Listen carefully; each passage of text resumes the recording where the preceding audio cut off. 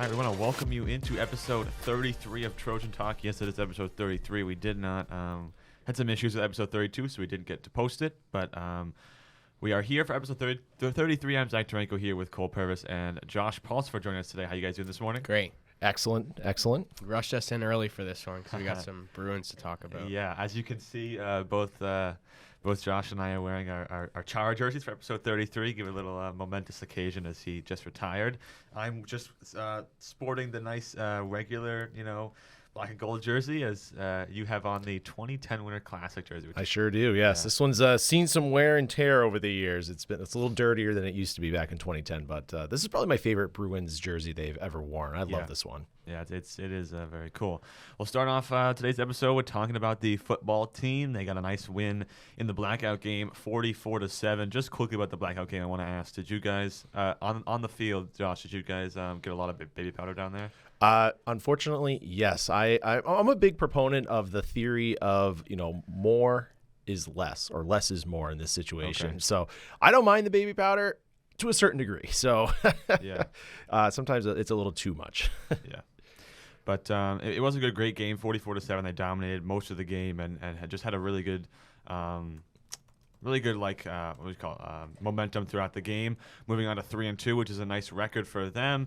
The big game coming up is the game versus Skowhegan this weekend. They're on a 2-game winning streak. They've done really well. They've outscored opponents by a lot. Cole, I want to ask you, looking ahead towards Skowhegan, we don't really know a lot about Skowhegan. We know they have a decent team, and they're a Class B team. They are 6-0.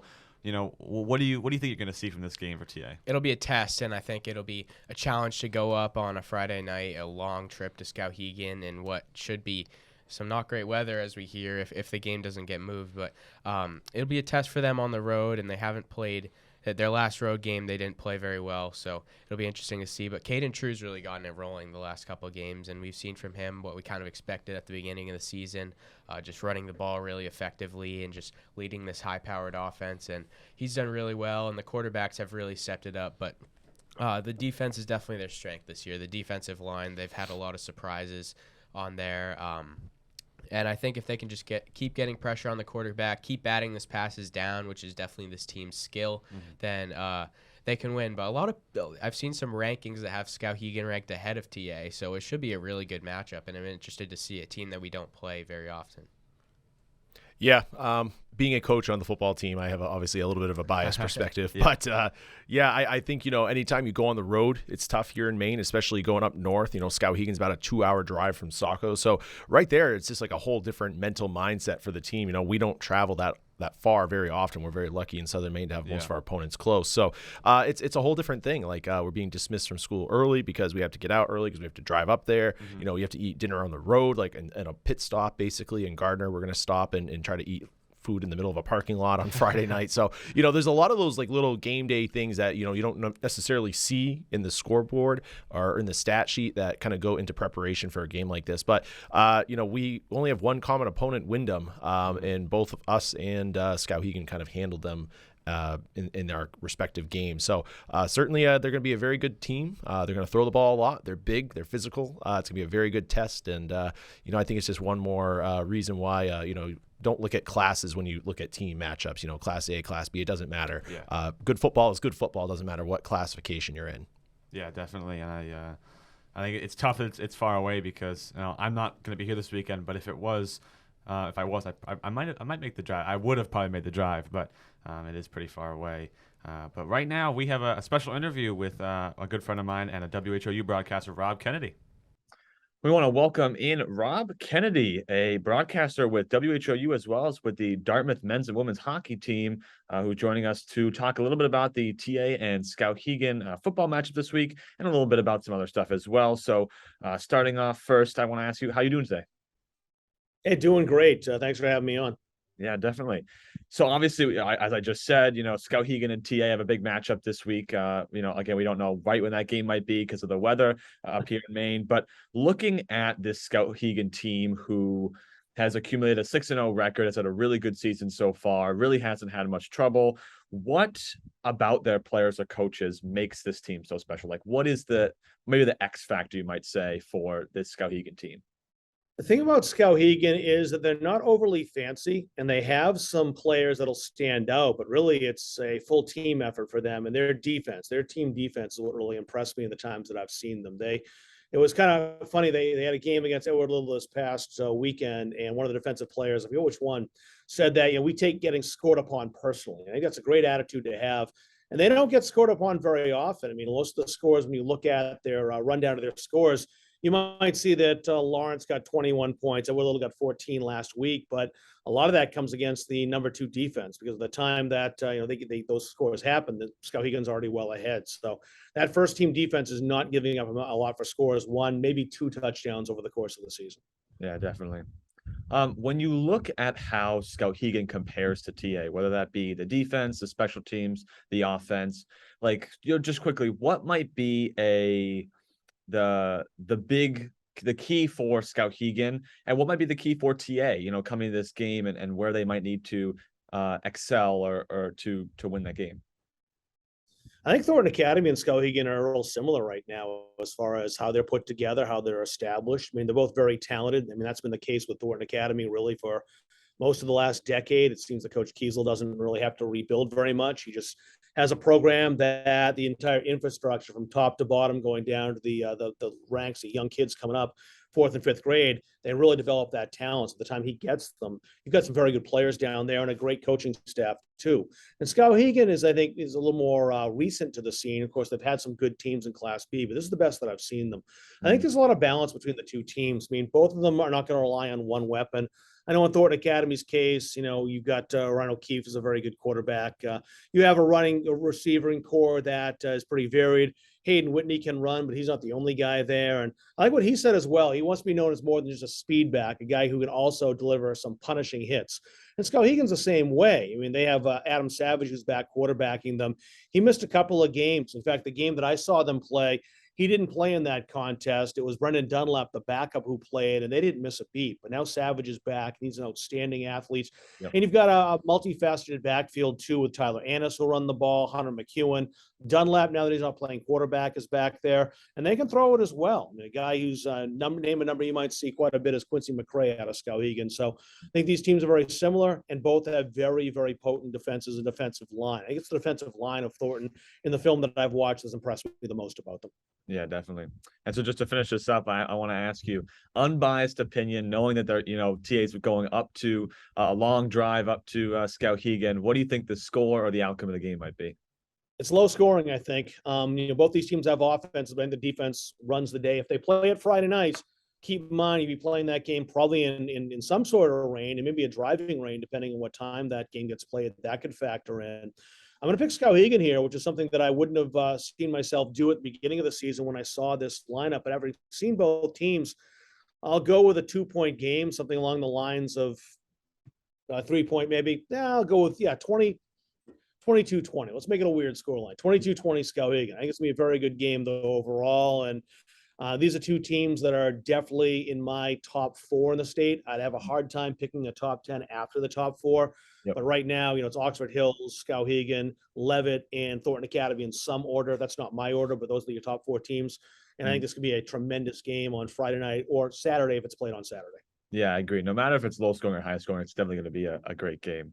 And I think low scoring because I don't think these teams make a lot of mistakes. It shouldn't be short fields for the most part. I think the defense is really going to give the opposition trouble in both regards. Yeah, definitely. So, swinging things over to your own personal broadcasting career, many people may not know you do a lot of great work there at WHOU, and I was fortunate to join you guys for the basketball playoffs for Maine State, which was nice last year. But I just want to ask you, what has broadcasting with WHOU been like for you? How long have you done it? And just give a little information about that. I haven't been with WHOU all that long. It's kind of a more recent stop in my broadcasting resume, but started with them a couple of years back when they started doing the tournament and got involved with football first, and then when they took over from the Northeast Sports Network, the high school basketball tournament, the regional tournaments anyway, kind of continued along with that because I was already here in Augusta. I already knew a lot of the broadcasters around, so I thought I could kind of help and organize the schedule. So it's been a lot of fun. I really think WHOU is one of the better streamers in the state. It's a short list of professional companies that do some really good streaming. So I really like what they offer, and they've kind of started up in the county, made a name for themselves. Of course, the HOU in Holton is where they're from, Yep. and have kind of moved themselves downward. We're doing some games in Bangor and now in the Augusta area too. So it's been kind of fun that they're now more down here to give me that outlet to broadcast, because there aren't as many streamers in the capital area as there used to be. Rob Munzing and Munzing Media, who I know has a Thornton Academy connection, is broadcast down there in years past, is doing games up here with Gardner and Halldale, but he already has a football crew. And when radio kind of shut down up here, there wasn't a lot left as far as outlets for broadcasters to get on. So when that opened up here, I was very happy to have some opportunities to call some football in Central Maine in the Augusta Waterville area. It's been a lot of fun. Yeah, definitely. You also are the broadcaster for the Dartmouth men's and women's hockey team. What is your favorite thing about broadcasting, not only just the Dartmouth teams, but also just hockey in general? It's fast, it's exciting. It's a game where you can go from kind of a lull to massive excitement in a 5-second span. There's a football, baseball, the plays kind of build up. You can kind of know in many cases. I mean, of course, there are long, big plays and explosive plays in football too, and home runs that come out of nowhere in baseball. But oftentimes the buildup is different. And in hockey, it just kind of explodes out of no place. And at the professional level, that's when 20,000 people all of a sudden jump to their feet. That's what always kind of got the allure for me as a fan, was just that kind of energy and excitement that just kind of appears out of almost no place. It's really just enjoyable to watch. I just love the speed and the skill level that the college players bring to the game. And that was true when I was at Bowdoin and Colby in the past, and now at Dartmouth. It's just so much fun to watch. And at D1, I have the opportunity to see some guys I know will be future NHL players, that are going to be going to the pros at some point. So that's a great perk to have as well. Seeing drafted players who you can say, yeah, that person. Matthew Coronado at Harvard, will unfortunately see him this year. I was hoping it'd stick in Calgary, but he's at Harvard this year, and he's definitely going to be in the NHL. So I just hope he doesn't put us to the sword the way Adam Fox did when he was at Harvard. Yep. I saw him play last night on ESPN for the New York Rangers. So it's kind of fun to see that. And, we have our own alumni, Drew O'Connor, who's I think just made the team with the Pittsburgh Penguins too. So that's a real great part to see those people who are future pros. Yeah. Does that season, the broadcasting start for you soon with Dartmouth? Yeah, the hockey season is underway in NCAA hockey, but the Ivy League has long kind of had its own schedule. So we don't start until about 3 weeks after everyone else starts. So the men's team will start next weekend with an exhibition against University of Guelph from Canada, coming down to Ontario. The women actually start next week on the road with their first Connelly game at Harvard. So my season will start the next weekend when the women are at home against Brown and then Yale, and the men will come in and take on the same teams the following weekend, the first weekend of November. So in my schedule this year, in years past, I was on the road with the men's team, so I just go where they went.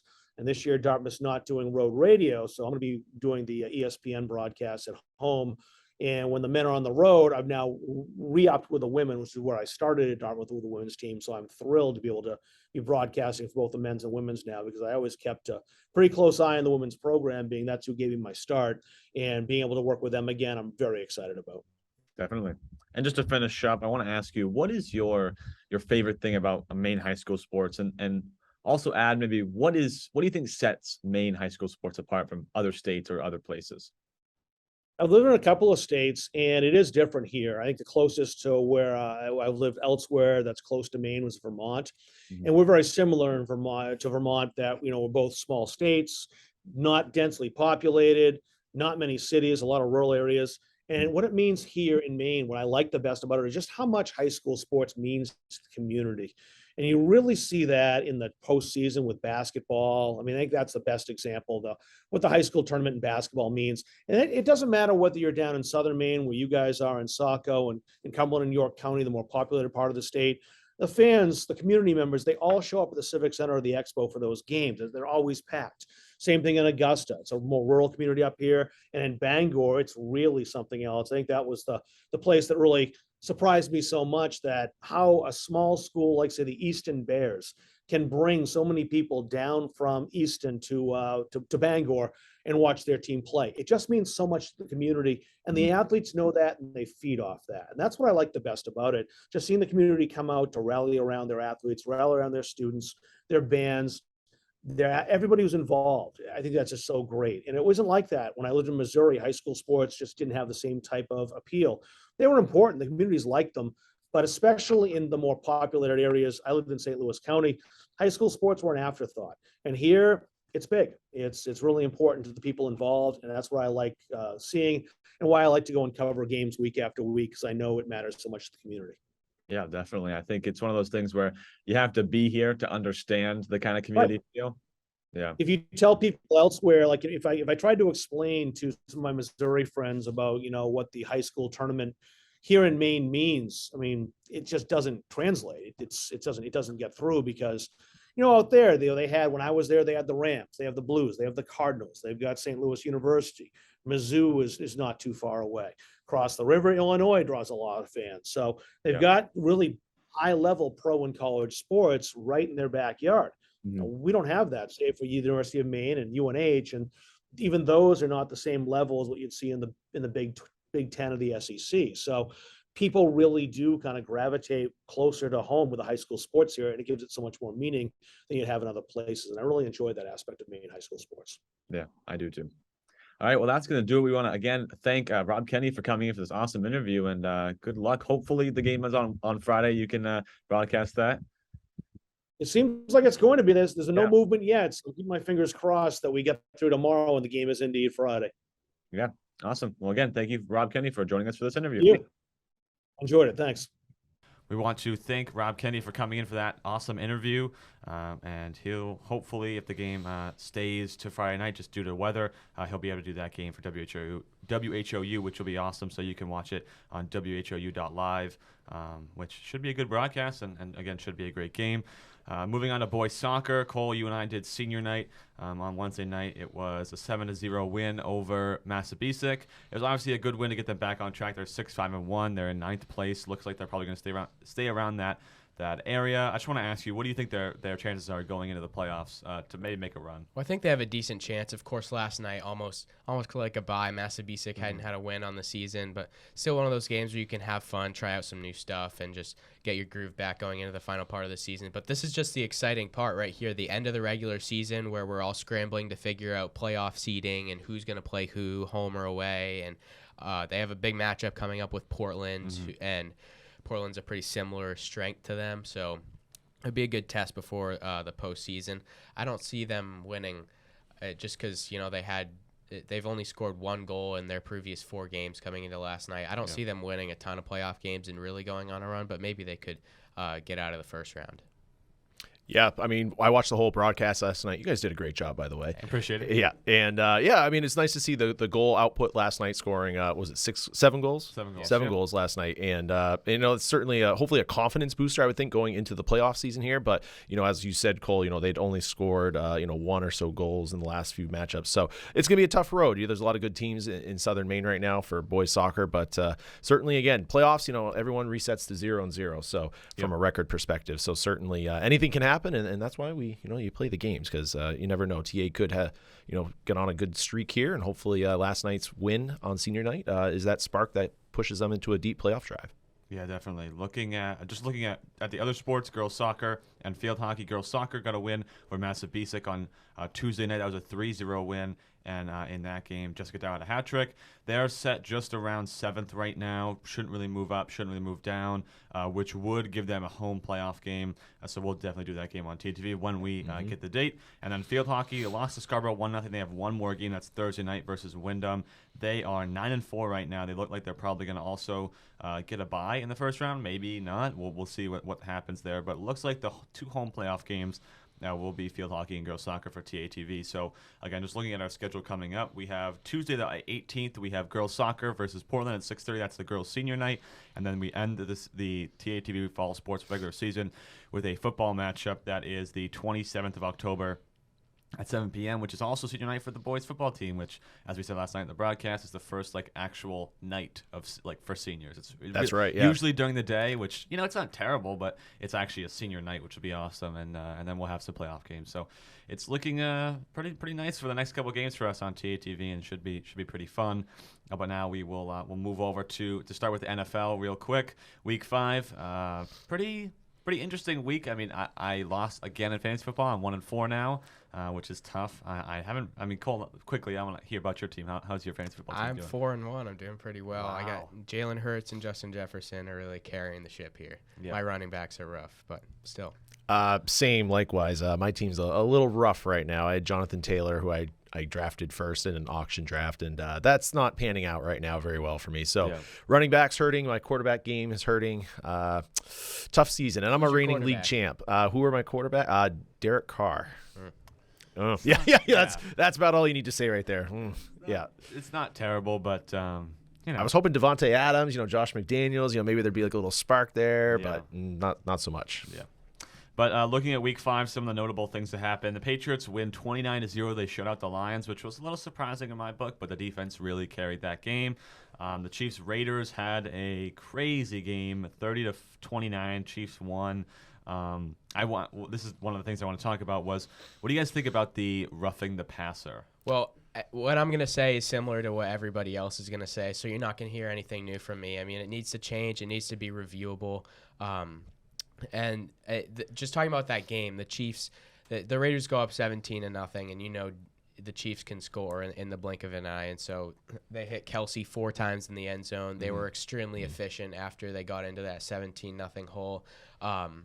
You'd like for them to get off to a better start if you're a Kansas City fan, but you know that they can erase that very quickly. Just think about the playoff game a couple years ago versus Houston. They got down by 24 in the first half and came charging back extremely fast. And they get the Bills this week, which we were saying last night is just another chapter in the Mahomes and Josh Allen rivalry. So I'm extremely excited to see how that goes.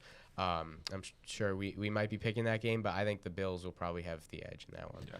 I think when it comes to roughing the passer real quick, I think what needs to be considered by officials is intent. Mm-hmm. Like when you saw, Chris Jones take down, blanking on the name here. Derek Carr. Thank you. It's like, was he really, was that really intentional? Like things like that. It's like, I think, like you said, maybe everything's reviewable. Bill Belichick every single year has said every play should be reviewable. And again, I think a lot of coaches would like that opportunity, just be like, I think I'd like to review anything. Yeah. And again, I think certainly intent is one of those.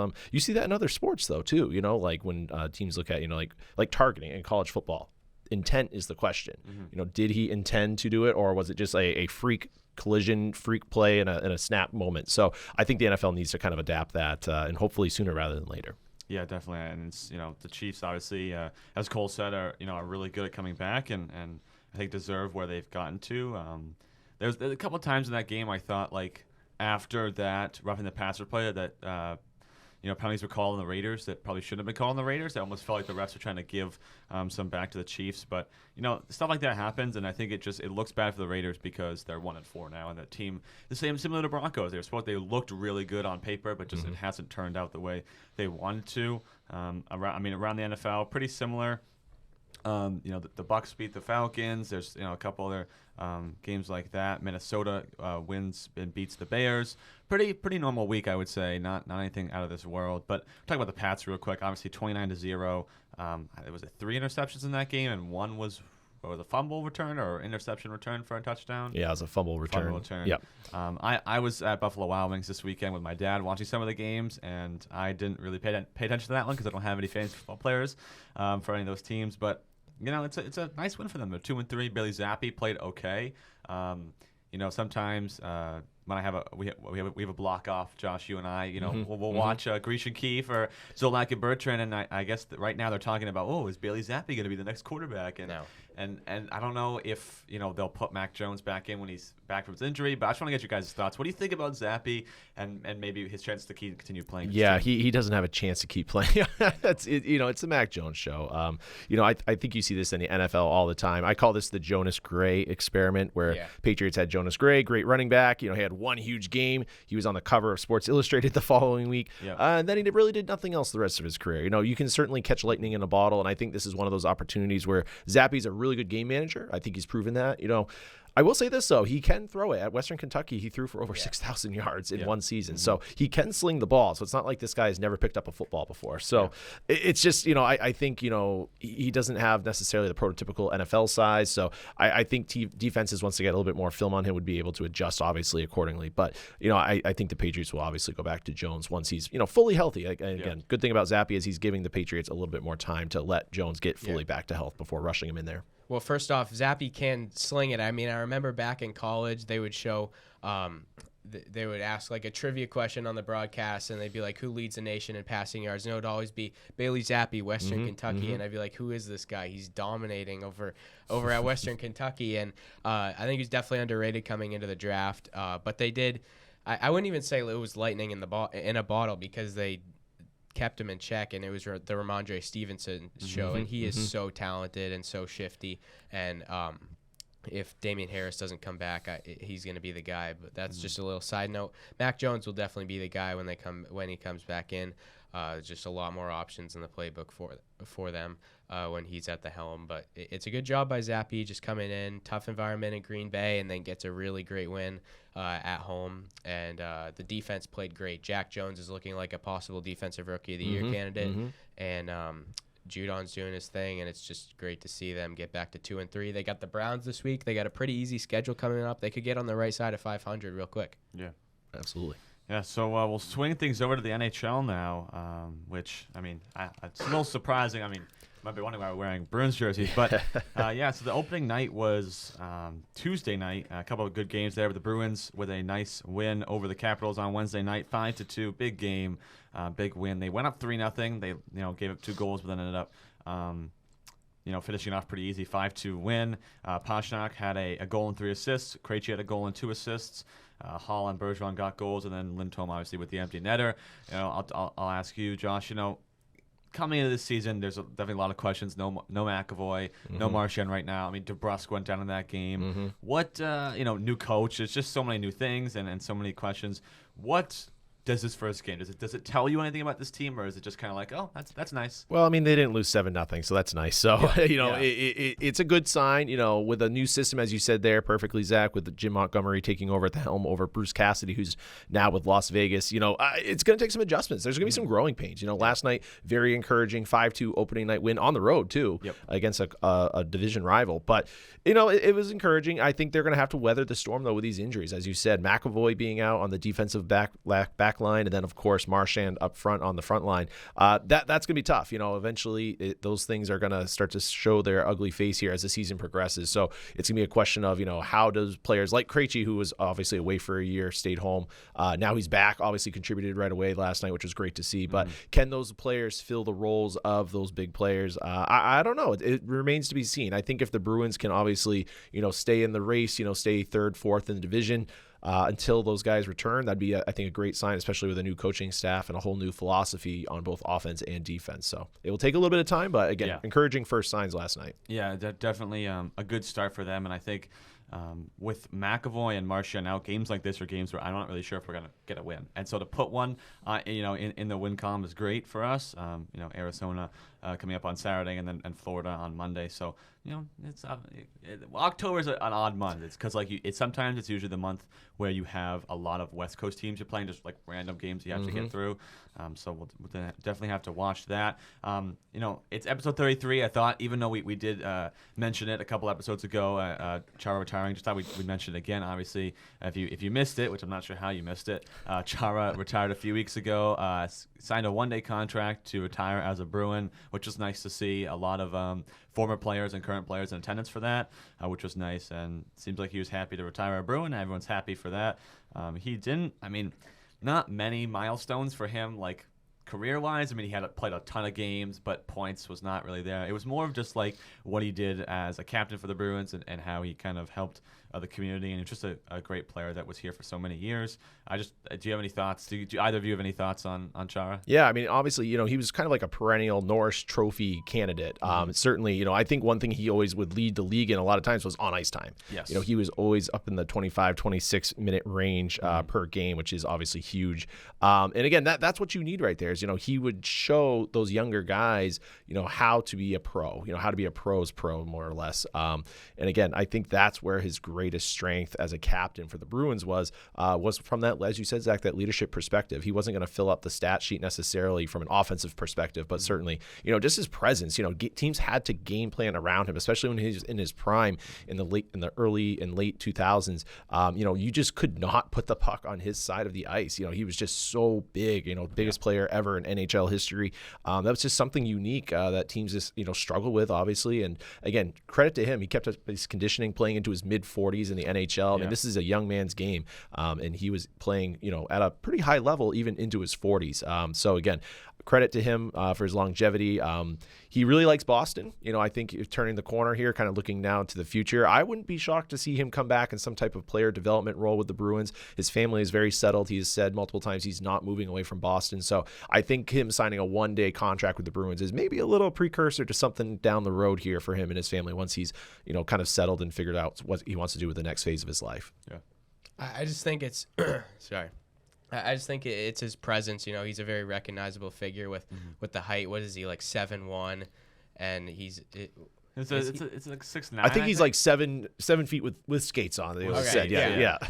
But yeah, he's a very recognizable figure and a captain, and he's been a great leader for them. So yeah, I think they should probably retire his jersey soon, and absolutely, it'll be exciting to see. Yeah, I think they're doing they're not. I think they're not going to do it this year because they already announced the ceremonial puck drop. Makes sense. You're not going to immediately retire a jersey like that. It's usually not how it goes. But do you see the ref gave a speech before the game the other night? Yeah, that's weird. I mean, there were two different refs that did that about let's have a good season, let's have all fun and everything. But the thing I saw is that some of the reporters after the game talked to the players and said that they were not annoyed with it, but they just didn't see the point of it.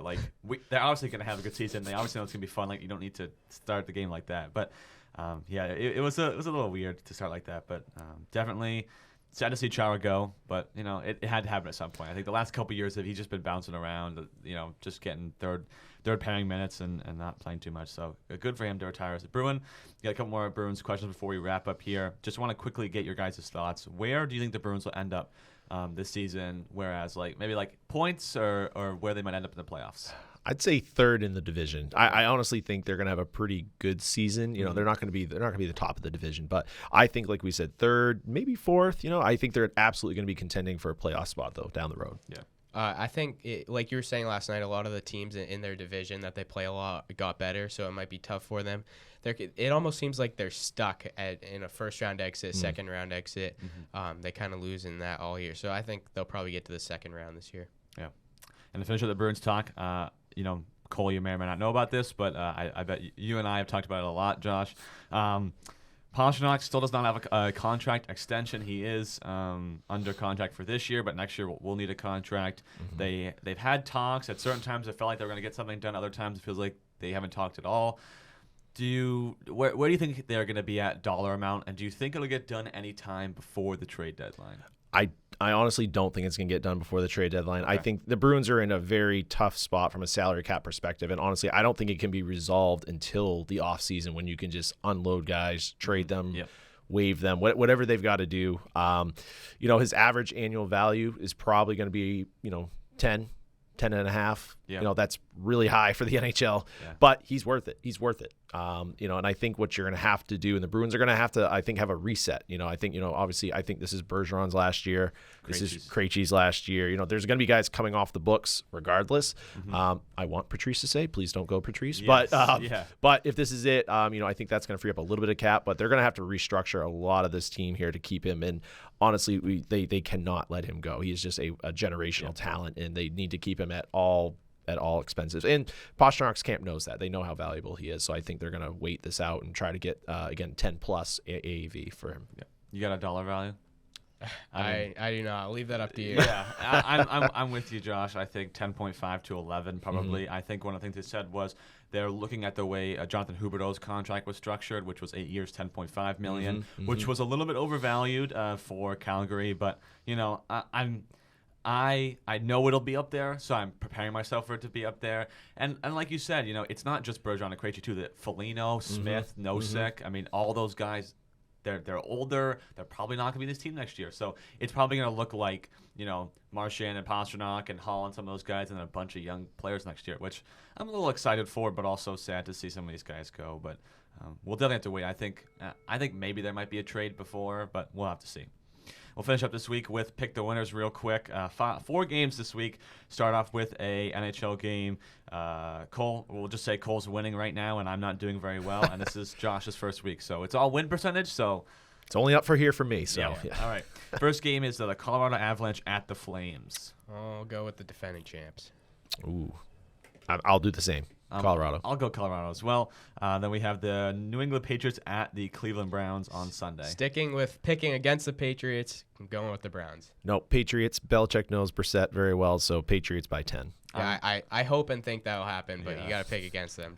I'm going to go with the Browns. I just think that with how they played against the Chargers, even though the Chargers didn't play very well, I think the Browns have a good chance of winning that game, and Nick Chubb is on fire right now. Mm-hmm. Our third game is, as Cole predicted, Buffalo Bills at the Kansas City Chiefs. That's the primetime game of the week at 4:25. I'm going with the Bills in Arrowhead. I'm going to go with the Chiefs. I think Wow. Kelsey. I don't trust Buffalo's running game. Okay. I don't. I'm going to go Buffalo. After that how they basically just like trampled the Steelers this past week, I'm not even going to go against them, so I'm going to pick Bills. And we'll finish it up with Broncos at the Chargers. That is on Monday night. That's not even a question. It's the Chargers.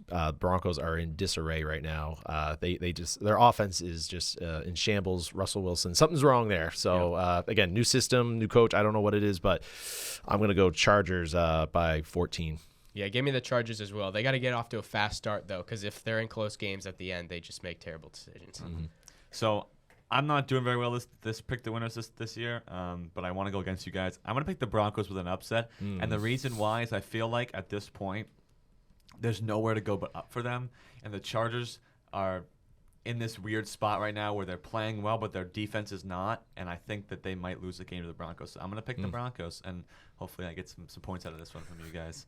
But we appreciate you guys all watching, and that's going to do it for episode 33. We'll be back next week with another episode, and hopefully the Bruins get a couple more wins by the time we start that episode.